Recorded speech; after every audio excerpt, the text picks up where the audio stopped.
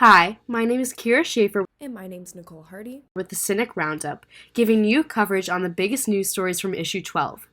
In this edition, we will be featuring an interview with Cynic sports editor Matthew Rosenberg on their article entitled Princeton Ends Women's Soccer's Historic Season. Hi, my name is Matthew Rosenberg. I use he, him pronouns, and I'm a first year. Matthew has followed the UVM women's soccer team over the course of their historic 2021 season, in which they won their regular season conference title and headed to the NCAA tournament for the second time in program history. It's really special to me, especially as a first year, to have the opportunity to do this and to be on campus for such a historic moment for the team that is really accomplishing something they haven't in a very long time, winning their first conference tournament and getting to play in the NCAA tournament. So it was really a special and valuable experience for me to just kind of be along for the ride. Prior to covering the Lady Catamount's NCAA loss, Matthew reported on their electric home game against New Hampshire to win the conference title, where he witnessed a huge show of support for the team. The conference championship game, there were over 2,000 people there. It was a full stadium. There were people like standing on the rails, people standing up on the hill outside the field because they couldn't get in. The Virtue Field was as loud as I'd ever heard it, especially when we scored the goal. And it was just really special to see the full crowd come out for this team, and I think it was really special for the players too that hadn't necessarily experienced that. The women's soccer team made it to the first round of the NCAA tournament, where they lost 2-0 to Princeton in a well-fought match. But Matthew reported that the team had many positive takeaways from this season. It was disappointing for them to lose in the first round at Princeton in a game they played pretty well in, and people will be disappointed that the season came to an end, but it's really special that they got to play deep into November, into the NCAA tournament, and they looked like they belonged on that stage. And so I don't think anyone in that locker room, or me personally, is going to look back at this season and see it as anything but a success and like a really remarkable opportunity. They really were looking toward the future, reiterating that this sets a new standard for the team going forward, is that previously they didn't know if they could do this, if they could get this far, and now this kind of, it raises the bar for future years in the program, is that this is the expectation that anything short of getting to the NCAA tournament is not going to be good enough. And even though they're losing a lot of seniors, a lot of people are going to graduate out of this program, there's a lot of returning players who can come in and instill that mentality in the future classes, and hopefully it's not going to be another long wait to get back to the tournament. Looking back on the season, head coach Christy Huizinga has been one of the most influential pieces to the success of the team. It's always a pleasure to talk to Coach Huizinga, and there's a lot that she talked about, kind of about her journey coaching this team, and from having played in the NCAA tournament as a player at University of Connecticut and bringing that experience to coaching at UVM, and now in her 11th season as head coach, to be able to bring Vermont to the NCAA tournament and kind of instilling that experience in her team, and how excited that she was that for her players to get to experience the tournament in the same way that she did when she was a player. After watching the Catamounts progress to the NCAA tournament, Matthew reports there are many aspects to this team that have made them stand out compared to years past. I think they were so together as a team, especially coming off the pandemic shortened season last year. They were very, very motivated. They're practicing at 7 a.m. but they're getting up to train for 2 hours at 7 and then go to all the classes, and they were very together. They were very strong defensively. On their winning streak, they only gave up like 3 goals across 9 games. Very strong goalkeeping from Lydia Kessel, a senior, and just a very composed team, which is a lot because of how much experience there is on this team with how many seniors there were. But their response to trailing in a important game against UMass Lowell, and then they were down 1-0 in the semifinal against Albany, and they came back and got 3 goals to win that game, and just powering through that adversity and just staying really calm, sticking to their game plan, being calm under pressure just with distributing the ball, and staying very composed and organized defensively.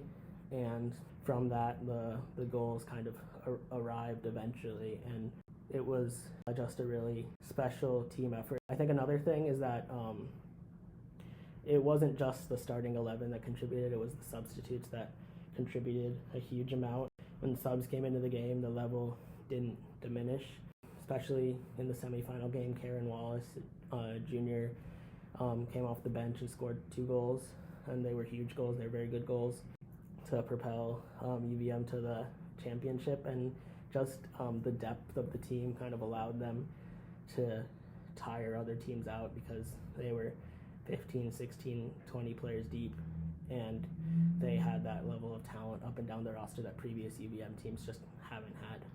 When it came down to the NCAA game against Princeton, the Catamounts were simply outpossessed and outscored by the Tigers, leading to their 2-0 loss. Princeton is a very solid team. They're very athletic. They're very strong on the ball. They were very good at getting to those 50-50 balls in the midfield that UVM is kind of used to getting to. First goal, Kessel comes for the ball, gets popped up in the air, and it's right on the goal line. Second goal is a long free kick from a very wide angle well outside the box, just kind of sails over everyone and goes in. Once Princeton scored the 2 goals, the game ultimately came down to defense, where the Tigers excelled. Princeton's very solid defensively. They're very strong. They're very quick, and they're very composed defensively, like Vermont is. They're very good at cutting off passing lanes in the final third, and especially once they had the big lead, they were pretty content to settle in defensively in a low block and force Vermont to come to them. They're an incredibly strong team. They're a big test for anyone. They've only lost twice this season.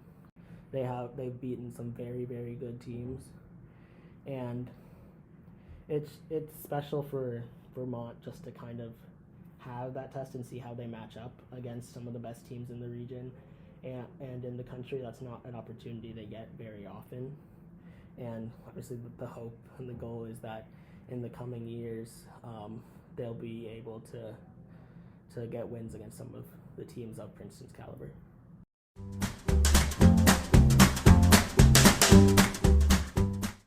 Now, for news you might have missed this past week. On November 9th, dozens gathered inside Waterman Memorial Lounge in protest of UVM's Thanksgiving break housing fees in a rally that the UVM Union of Students organized. The Union of Students held the rally to encourage UVM to drop the break housing fee, believing that the already paid housing fees is enough to cover a 1-week period. Purva Shiralkar, an international student, stated that these costs disproportionately impact the international student community. She cannot return to her home in India for the break and cannot afford the $296 housing fee. She stated that she must choose between housing and buying winter clothing.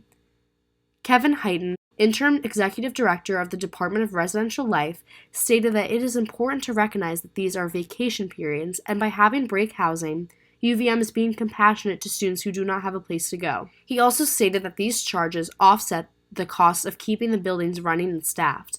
The petition created by the UVM US is fighting for the university to make an emergency fund for students who cannot travel home to assist in paying for their break housing. It also calls for a breakdown of Residential Life's $47 million budget and a reduction in the cost of on-campus living.